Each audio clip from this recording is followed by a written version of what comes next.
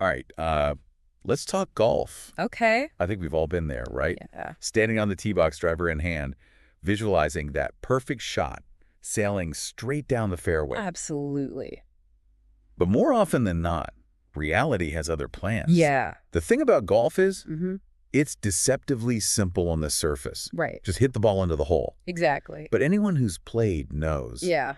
it's the mental game that can really make or break you. Oh, absolutely. That's exactly right. Yeah. It's like they say golf is a game played on a 5.5-inch course, Oh, the space between your ears. interesting. And that's precisely what we're diving into today, Okay. the inner game of golf.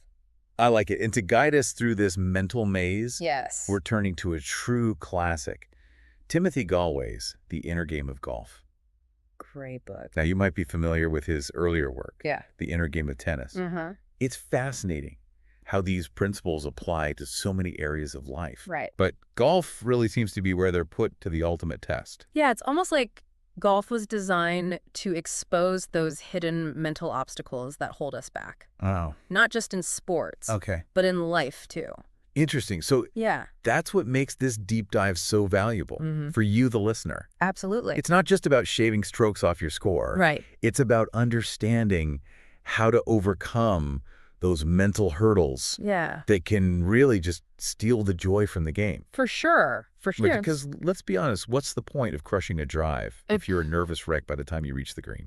Couldn't agree more. It's about unlocking that potential for both peak performance and genuine enjoyment. I like it.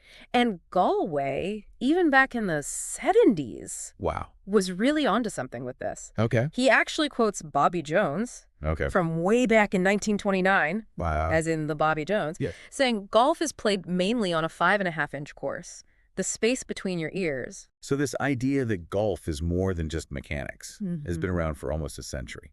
It's like the secret's been hiding in plain sight all along. Wow. And Galway takes this concept even deeper Okay. by introducing the idea of self-one and self-two. Okay. Think of self-one as that overthinking, judgmental voice in your head, the one that's constantly analyzing your every move Right. and offering helpful advice. Yeah. That usually just makes things worse. Oh, I know that voice all too well. Right. It's like having a hypercritical golf caddy Yes. who's never actually swung a club in their life. Exactly. Always second-guessing. Yeah. Always pointing out what you're doing wrong. It's that constant chatter that keeps you from trusting your instincts and playing freely. Yeah. On the other hand, self-two is your natural intuitive self. Okay. It's the part of you that knows how to move your body, Mm-hmm. that can learn and adapt. Yeah, If we just get self-one out of the way. I see. And that's really the core challenge Galway explores in the book. How to quiet that inner critic and let your natural golfer emerge. So it's like a battle between your conscious mind, always trying to control everything, Yeah, and your subconscious mind, which actually knows how to swing the club. that's a great way to put it. Yeah. And Galway actually shares his own personal challenge in the book. He set out to break 80 while writing it. Wow. It's almost like he used himself as a guinea pig to test out these theories in real time. I see. And through that process, he discovered some truly insightful techniques for overcoming those mental blocks that plague so many golfers. Okay, so let's dive into some of those techniques. Let's do it. One of the things Galway talks about is over-tightness. Right. And it makes perfect sense, Yeah. right? When you're tense, Yes. both physically and mentally, Yeah. how can you possibly expect to swing freely and hit the ball consistently? It's almost counterintuitive, but trying to force yourself to relax often just creates more tension. Oh. It's like telling someone to calm down when they're already stressed. Right. It just makes them more aware of their anxiety. So Galway proposes a different approach. Yeah. Awareness techniques that help you gently release that tension without trying to force it. Okay, that makes sense. Yeah. But what do those techniques actually look like? One that he highlights is something he calls singing your swing. Singing your swing. It sounds a bit odd, but the idea is to actually hum a tune while you're practicing your swing. You know, I'm picturing myself on the driving range belting out my favorite ballad while trying to hit a bucket of balls. Well, it's not about the tune itself, but the principle behind it. Oh. See, humming acts as a form of biofeedback. Biofeedback. Yeah. Can you break that down a bit for our listeners who might not be familiar with the term? Absolutely. Biofeedback is basically a way of becoming more aware of your body's physiological processes. Uh-huh. Things like muscle tension, heart rate, even brain waves. Okay. And in this case, By focusing on the sound of your humming, Hmm. you become more attuned to those subtle points of tension in your swing. So it's like a trick to make your mind notice those tight spots that you might not be consciously aware of. Precisely because once you become aware of that tension, Okay. you can start to let go of it in a more natural, effortless way. That's fascinating. It's like you're using sound to bypass your conscious mind and tack into that deeper level of bodily awareness. I'm already intrigued to try this out on the range. It's one of those things that sounds a bit strange at first, Yeah. but once you experience it, it really clicks. Okay, so we've got over-tightness addressed, but what about that other mental monster that plagues so many golfers, self-doubt? Oh, yeah. We've all been there, right? We have. You hit a bad shot early on, and suddenly that downward spiral begins. You got it. I'm a terrible golfer. Okay. I'm going to shank every shot from here on out. And what's the typical response to that self-doubt? Yeah, what is it? We try harder, grip the club tighter, overthink our stance, Right. which, as we've discussed, just leads to more tension, more bad shots, and deeper into that spiral we go. Right. It's a vicious cycle. Yeah, so how do you break free from that cycle? How do you stop those negative thoughts from taking over and ruining your game? Galway offers a really intriguing technique for this. Okay. Associating your golf actions with unrelated easy actions. Easy actions. Things you do without thinking, where there's no pressure to perform. Okay, I'm curious. Give me an example. Imagine you're on the green facing a pressure putt. Right. Instead of fixating on sinking the putt, So, visualize yourself simply bending down to pick up the ball. so I'm basically replacing the image of putting with the image of picking up a ball. Exactly. It might sound a bit strange, but the idea is to bypass all those negative associations your mind has built up around putting, Right. the pressure, the fear of missing, Yeah. and tap into that effortless, confident action of simply picking something up. Okay. It's like hitting the mental reset button. It's like you're tricking your mind into a state of calmness and confidence before you even take the putt. Precisely. Now, it's not about literally changing your physical motion. You're still going to putt the ball. Right. The association is simply a trigger, a way to shift your mental state before you swing. It's almost like a form of mental rehearsal Mm. where you're practicing a feeling of ease and confidence before you even step up to the ball. That's a great way to put it. And Galway emphasizes that it's not a magic bullet, Okay. but a tool to help break those ingrained patterns of self-doubt and tension. Right. It's about creating new positive associations with those actions that tend to trigger anxiety. So it's not just about quieting the inner critic. Right. It's about replacing those negative thoughts with positive ones. Exactly. And that's where the real power of awareness comes in. Okay. Galway talks about the difference between traditional do instruction, New instructions. you know, the kind you get from a typical golf instructor, Right. and what he calls awareness instructions. Awareness instructions. So what's the difference?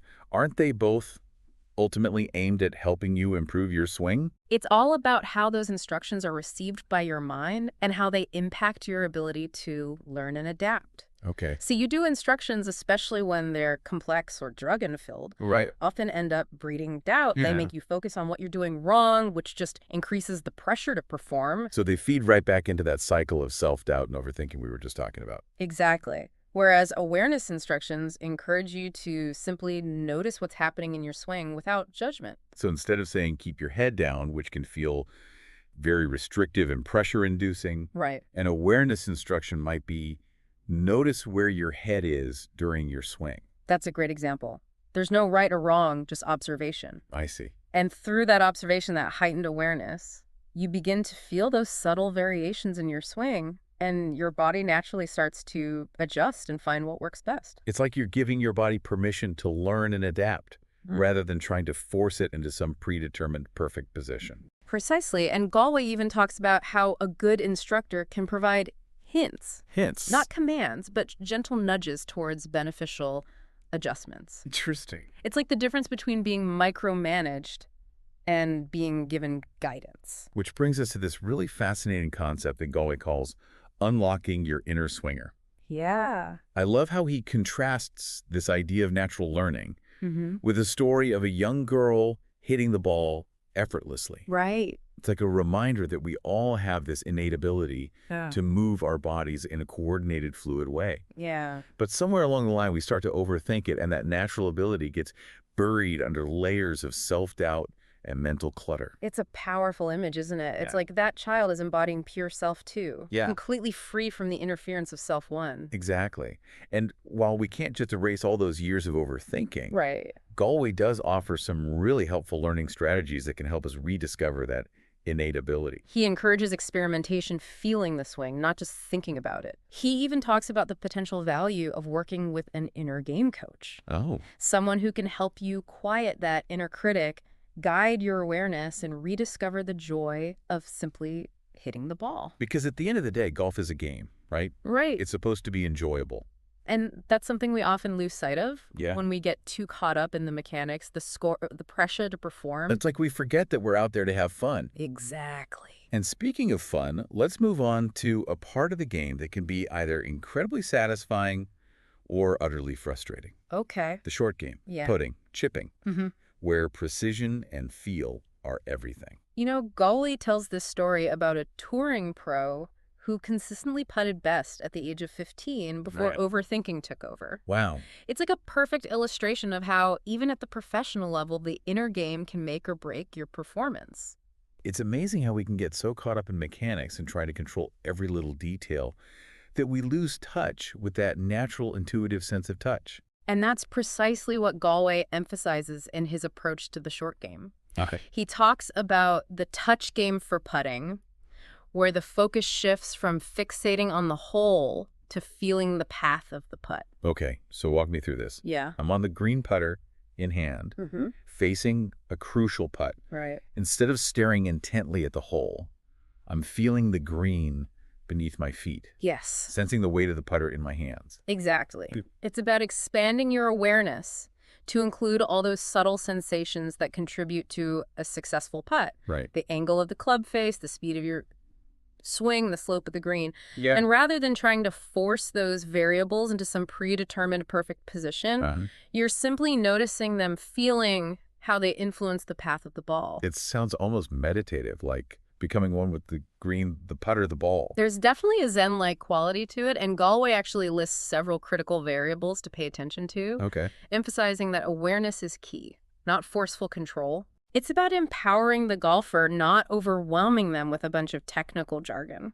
So instead of feeling like I need to memorize a textbook on putting, I can learn by simply paying attention to what's actually happening in the moment. That's the beauty of it. Yeah. It's about trusting your body's innate ability to learn to adapt, to find that sweet spot where everything just clicks. That's a really refreshing perspective. And, it makes me think about those times when we all go through slumps, Mm-hmm. those periods where nothing seems to work. Mm-hmm.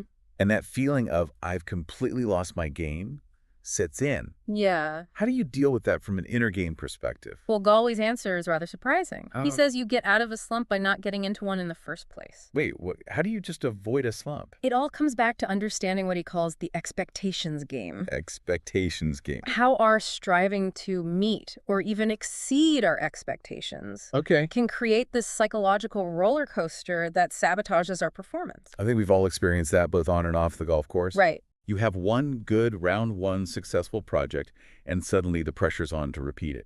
Exactly. Or you have a bad shot, a minor setback, and you start to expect the rest to follow suit. And that pressure, that fear of failing to meet those expectations is often what throws us off our game in the first place. So it's about breaking free from that cycle of pressure and expectation and focusing instead on the process, the learning the enjoyment of the game itself. You got it. Galway argues that paradoxically, by shifting our focus away from those external results and towards the intrinsic satisfaction of playing, we can actually achieve more consistent performance. It's like that old saying, a watched pot never boils. Right. The more you fixate on the outcome, Yeah. the more you impede the process. That's a great analogy, and that leads us to one of the most thought-provoking parts of the book. Okay. Playing your game, not golf's game. Okay. I'm intrigued. What exactly does that mean? Well, Galway uses this brilliant thought experiment. Okay. Imagine trying to explain the pressures of golf to a Martian who has no concept of our human baggage. Okay. The scores, the handicaps, the comparisons to others, Right. they wouldn't understand They wouldn't. because those pressures are self-imposed. Wow, that's such a powerful way to frame it. It's like if you strip away all those external expectations, what are you left with? You're left with the pure joy of hitting the ball, of moving your body, of experiencing the challenge and beauty of the game itself. And isn't that what it's all about in the end? Absolutely. That sense of flow, of being fully present in the moment Hmm. without the burden of all that mental chatter. And Galway even shares a story about an LPGA pro whose putting completely crumbled under the pressure of a major tournament. Oh, wow. It's a stark reminder that even the best golfers in the world can fall prey to those internal pressures. So how do you avoid that fate? How do you play with that sense of freedom even when the stakes are high? It goes back to what we were talking about earlier. Okay. Quieting that voice of self one and tapping into the wisdom of self two. Galway argues that true mastery comes from playing for your reasons, not for the approval of others. Not for the scorecard, not for the trophies, but for the sheer satisfaction of expressing your unique golfing self. Beautifully put, and that brings us to the final and perhaps the most profound element of the inner game Okay. that we'll explore in part 2 of this deep dive. Right. Finding the feeling, letting go of formulas, and embracing the power of what Galway calls felt desire. A felt desire. It's about tapping into a deeper level of intuition, a kind of instinctual wisdom that resides within us all. That sounds incredible. I can't wait to delve into that. But for now, Yeah. we'll leave you, the listener, to ponder this. Okay. What would it be like to approach golf and life in general with that same sense of freedom and joy, Yeah. unburdened by those self-imposed pressures and expectations? It's a question worth considering because, as we'll see in the next part of our deep dive, Okay. unlocking that inner potential is not only possible, it's incredibly rewarding. I like it. Stay tuned. Welcome back to our deep dive into the inner game of golf.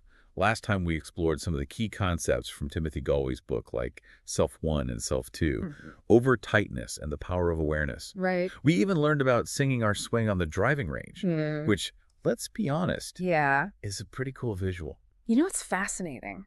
What's that? It's not just about making a joyful noise on the range.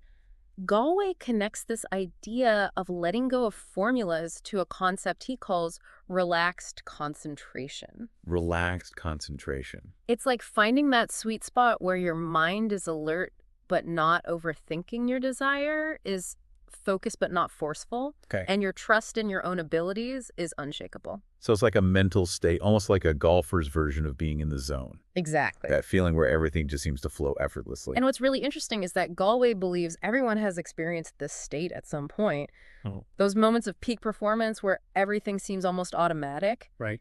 And it's not limited to golf either. Athletes, artists, even people in everyday life have described this feeling of being in flow. But how do you actually get there? Is it something you can practice, or is it just one of those magical things that happens when it happens? Galway believes it's a skill you can cultivate through practice and awareness. Okay. He talks about the paradox of losing oneself in action. Losing oneself in action. How those moments of peak performance often feel like something else is taking over, Right. but it's actually you, your true self, Okay. operating without the interference of self-doubt and overthinking that pesky self-one taking a back seat for once. It's like that inner critic finally takes a break. Yeah. And your body is free to do what it knows how to do. Precisely. And while he acknowledges that conscious thought can sometimes be a distraction, Galway also believes there's such a thing as concentration of thought. Concentration of thought. Okay. It's about learning to direct your thoughts, to focus them on what truly matters in the moment, rather than getting lost in a whirlwind of worries and what-ifs.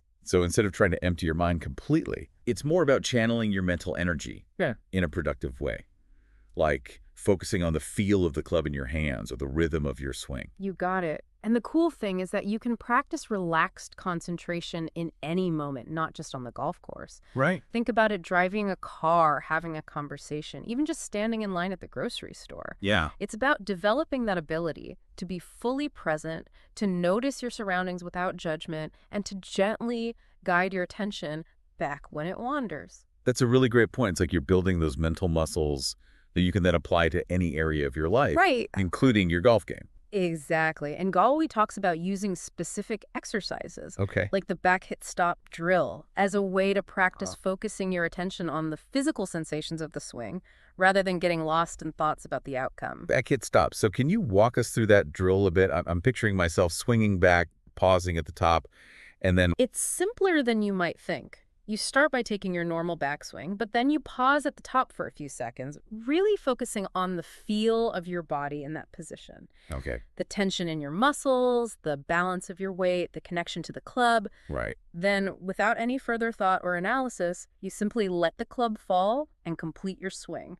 So it's like you're forcing yourself to break that habit of overthinking Yeah. and just let your body take over. Precisely. And Galway emphasizes the importance of finding a focus of attention that genuinely interests you, Okay. whether it's the feel of the club head, the rhythm of your swing, or even the sound the ball makes when you strike it. The key is to find something that captures your attention and helps you quiet those distracting thoughts. It's like finding your own personal anchor to keep you grounded in the present moment. Exactly. And this is where the real magic happens, because when you're able to quiet that mental chatter and truly connect with the present moment, that's when your best golf emerges. But let's be real. There are times when those doubts and fears just creep in no matter how hard you try to silence them. Yeah. Those moments when you lose confidence in your abilities and start second-guessing every shot, what do you do then? Holloway has some brilliant insights for those moments, too. Okay. He talks about the importance of recognizing those negative thoughts as simply thoughts, not facts. Okay. They're like clouds passing through your mind. You can observe them without getting caught up in them. So instead of trying to fight them or suppress them, which we all know just makes them stronger, Right. you simply acknowledge them and gently redirect your attention back to the present moment.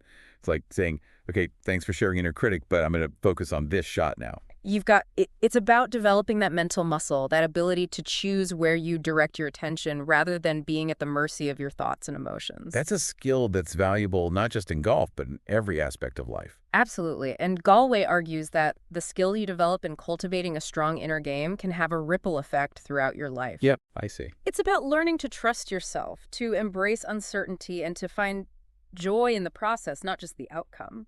It's like you're rewiring your brain for success and happiness, both on and off the course. But let's be honest, golf is a competitive sport. Yeah. There are scores, handicaps, that innate desire to win. Yeah. How do you reconcile that with this idea of letting go of expectations and simply enjoying the game? That's a great question, and Galway doesn't shy away from that tension. Okay. He acknowledges the importance of performance, but encourages us to question whether it's the only live goal that matters. Right. He introduces this really interesting concept called the PEL triangle, 2EL triangle. where performance, experience, and learning are all interconnected. So it's not just about hitting the ball well, it's also about enjoying the experience and constantly learning and growing as a golfer. Exactly, and he argues that when we become overly fixated on performance, we actually end up sabotaging our own game. We create this pressure cooker where the joy is sucked out of the experience and our ability to learn and adapt is stifled. It's like we're so focused on the destination that we forget to enjoy the journey. It reminds me of this saying, trying too hard is like holding your breath. Eventually you have to let go. Right. You need to find that balance between effort and ease. And that brings us back to this idea of playing your game. Galway uses a really poignant anecdote about a golfer who was naturally talented and consistently shot in the low 70s, but then he started taking lessons, got caught up in all the mechanics, and lost touch with that natural ability. It's like a cautionary tale about how getting too wrapped up in external expectations can actually hinder our true potential. Exactly. And Galway challenges us to ask ourselves, why are we really playing? Yeah, why are we? Is it for the scorecard, for the bragging rights, or for something deeper, more intrinsic? It's about reconnecting with that sense of joy and freedom that drew us to the game in the first place. Beautifully said. And instead of getting caught in that performance-driven mindset, he offers two really compelling alternatives: the learning game and the enjoyment game.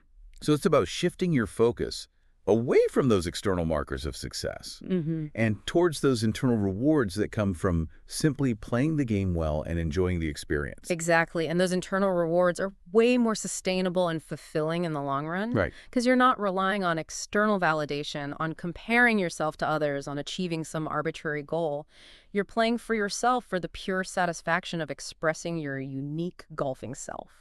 And isn't that what it's all about in the end, finding that sense of purpose and fulfillment in the things we do, regardless of the outcome? But how do we actually get there? How do we let go of those deeply ingrained patterns of self-doubt and overthinking and tap into that deeper well of intuition and wisdom? That's a fantastic question, and it's one that we'll explore in the final part of our deep dive, where we'll delve into the profound concept of felt desire.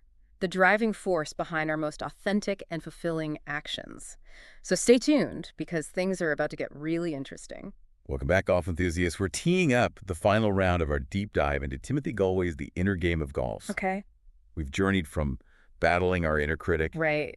to embracing relaxed concentration, even humming our way to better swings. Yeah. But now it's time to explore the most profound concept of all, Okay. felt desire. It's fascinating how this idea of felt desire takes us beyond conscious control, beyond all those formulas and techniques we try to impose on our game. It's like tapping into a deeper level of intuition, Uh, an instinctual wisdom that guides us towards our most authentic and fulfilling actions. so we're talking about something more than just setting goals or visualizing success. Yes. This is about feeling it, So, right? yeah. Like a gut-level urge to hit the ball in a particular way. Galway talks about how trying to reproduce a feeling to force it into existence actually takes us further away from that natural flow state where our best golf emerges. Okay. Think about it like this. There's a difference between eating when you're truly hungry and eating because it's dinner time. Right. One is driven by a genuine need, a felt desire, while the other is simply following a routine. And that difference in motivation translates to a difference in experience. So in golf, it's about playing from a place of genuine desire, Mm-hmm. of feeling that urge to hit the ball in a particular way, rather than just mechanically going through the motions of a predetermined swing. Precisely. It's about finding that sweet spot where your mind and body are in perfect sync, where your actions are guided by intuition rather than intellect. It's like letting go of the reins and allowing your inner golfer to take the lead. That makes a lot of sense, but I have to ask, isn't there a danger of getting too caught up in the feeling itself? Oh, yeah, for sure. Like, what if you have a great shot, you feel that click, and then you try to chase that same feeling on the next shot, and it just doesn't happen? Yeah. Doesn't that just lead to more frustration? That's a great question, and Galway addresses this directly in the book. Okay. He acknowledges that even focusing on the right feeling can become another form of attachment, another way to judge ourselves.